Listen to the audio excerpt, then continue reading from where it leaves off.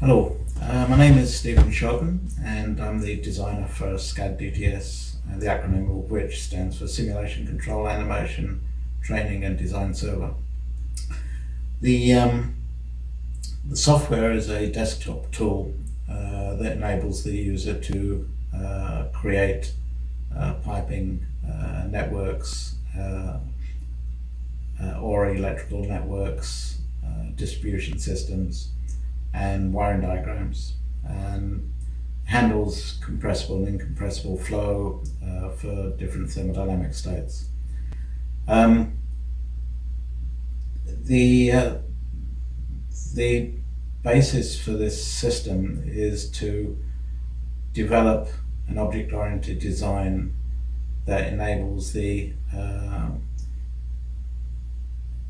simulation of quite complex systems, and it's based on the experience I've gained over the years working in nuclear power simulation, fossil plant simulation, ship simulation, aircraft simulation.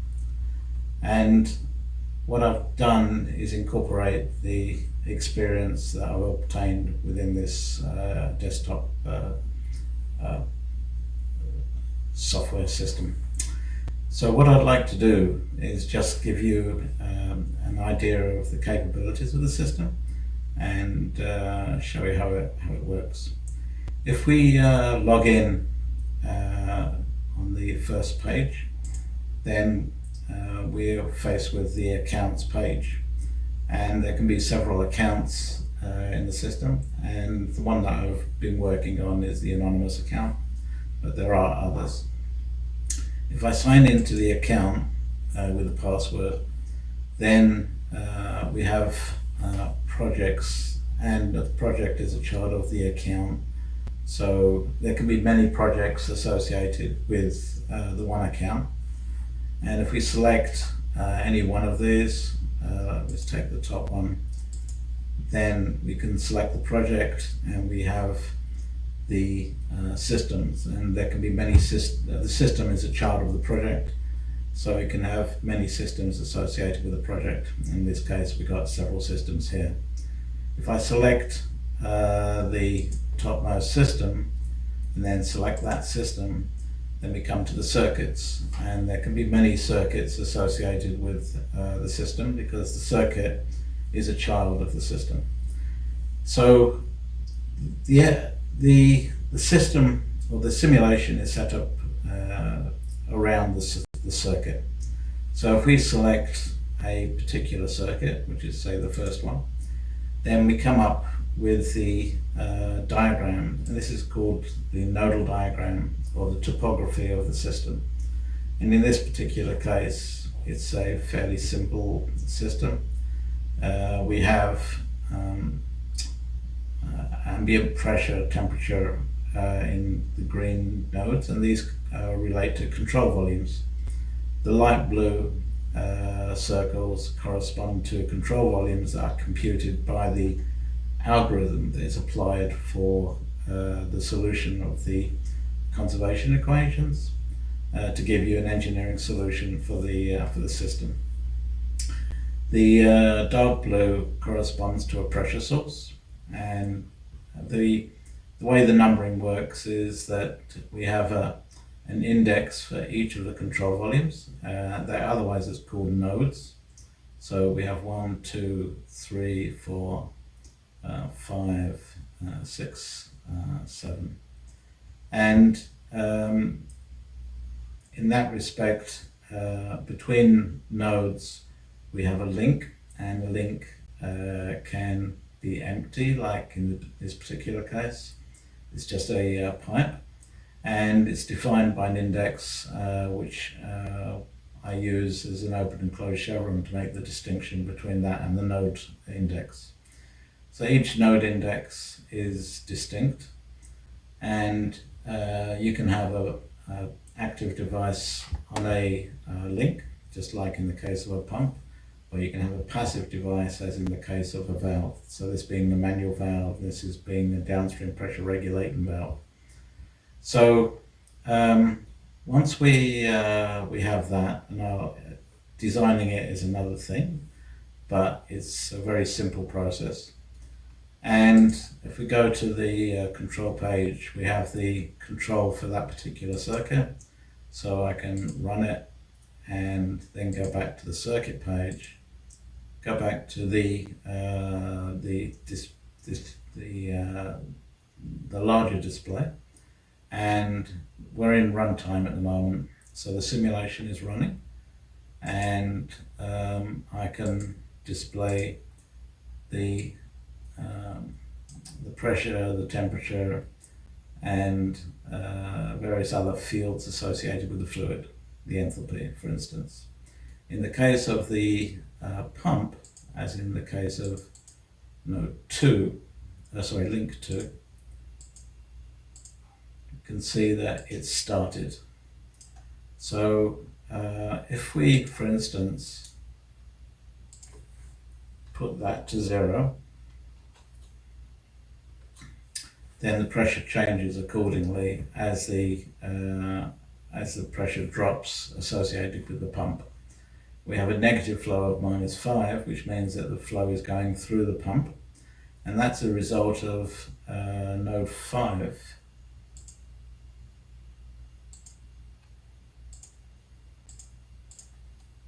Which is at 50 psi, and this is actually providing the reason why we have a reverse flow, and the flow goes through the pump and also through the pressure regulating valve to the outlet, to ambient.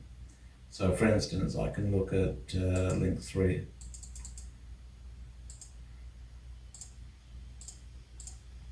And we see we have 16.278 pounds per second. And so because the solution includes the conservation of mass, so all the flow rates, for this being an incompressible fluid, they'll all be conserving mass. Now, if we go back to the projects page, and then select the multi-port valve project. In the same sense, we have a system, and then we have circuits associated with them. Okay, so the advancements that have been done in the system is that we can have a wiring diagram that is associated with the thermohydraulic circuit. And this means the transfer of information between circuits and between objects that are unknown at the time of the design. So for instance, we have two solenoids on device 01, which is solenoid A and solenoid B, and we have one solenoid for the device 2, that's solenoid A. And then we have proximity switches and relay switches. So when I say that it's not a design time, it's not a compile time. And so the way this works is that we need to create information during the edit phase of the system design in order to be able to simulate the circuit as is. So if we go back to the circuits and let's say, let's just start the circuit.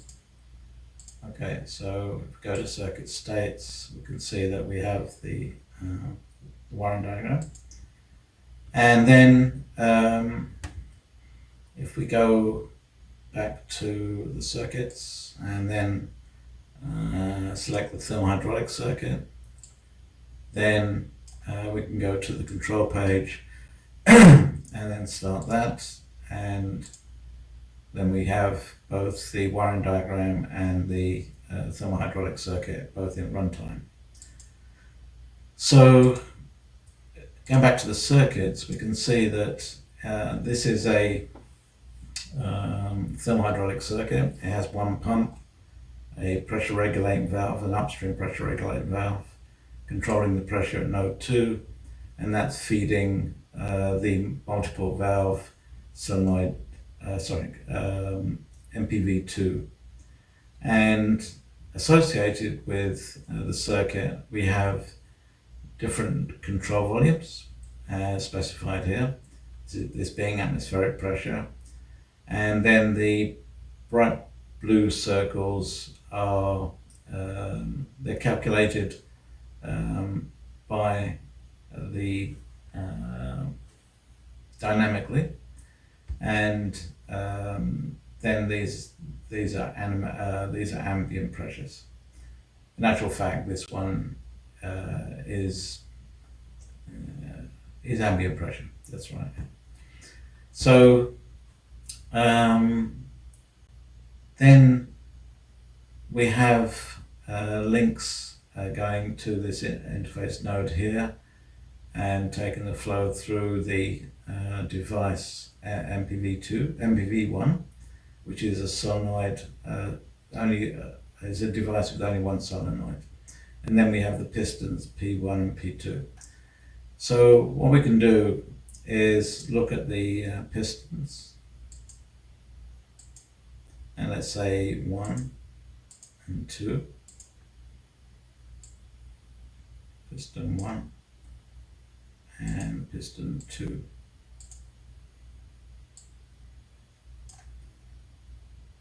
And we can see that the piston is moving. This is the this is the clamp piston, and this is the pressure piston. So what happens is that the clamp comes down, holds on to the whatever object it is, holds it, and then the hydraulic press comes down and applies pressure to that object. So we can see that as the displacement goes to 0, then the piston is extending, and then when it goes to 1, then it's retracting. It all depends on the actual application, but you can see that this is the essence of the piston. It's either extending or retracting. Okay, now in the case of solenoid A, if that's energized, then by convention, these functional indications move up. And then we have link numbers associated with those elements as the solenoid becomes energized. And it's this mechanism that I've been applied within the system that enables the simulation of the different solenoid displacements with the system, and the same thing for solenoid MPV1. If we look at MPV, multiple valve, and that's 2, so I can go there, and this is 1.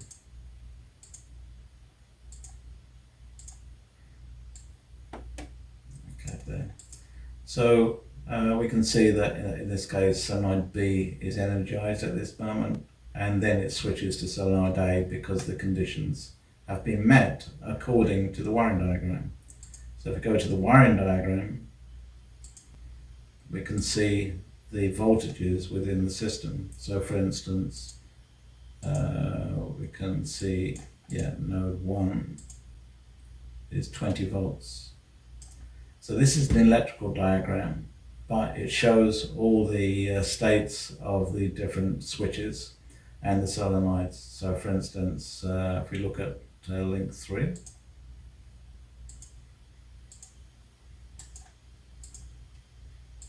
then you can see that this is energized, and it's energized based on the voltage at node 2 and the voltage at node 3. When the differential when the voltage drop across the solenoid is greater than 5 volts, then it's energized. And these are this is the manner in which these devices are simulated, as if it's literally a wiring diagram. So what it means is that this software package can be used in order to validate PLC control ladder logic and test it out against a simulation of the thermal-hydraulic system. And either from an engineering point of view or from an educational point of view, this is quite significant, and I think it provides a really good mechanism for teaching or testing validation. So that's the what I'd like to emphasize at the moment. I mean, apart from these types of systems, as you can see, this is an electrical system and interfacing to the thermal-hydraulic system. Well, obviously the electrical system can be extended to electrical distribution, where you include transformers, which I've simulated within in the case of a electrical distribution system. And I've also incorporated the thermodynamic states of fluids that transform from subcooled to saturated to superheat, and those thermodynamic tables are included within the software package, particularly for our 410A refrigerants. And so we can simulate the heat transfer between heat exchangers so that we can simulate a complete, say, air conditioning loop. So there's many areas where this software is able to simulate the systems and the system response, and as it stands at the moment, it's quite flexible in being able to reproduce multiple devices. Not all devices will be simulated, and it would require a little bit of work to include them, but it's not significant. The structure of the design is set up to be able to handle that. The key is the transfer of information between, say, in the case of that I'm showing you here, which is the wiring diagram to the thermal-hydraulic circuit and back again.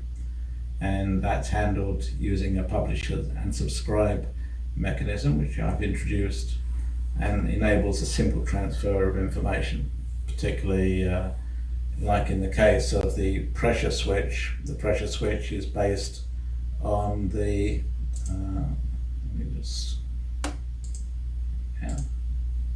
it's based on the pressure switch, which is here, or based on the pressure that is here. So the calculation is done in order to be able to compute the pressure switch state that is then used within the wiring diagram circuit.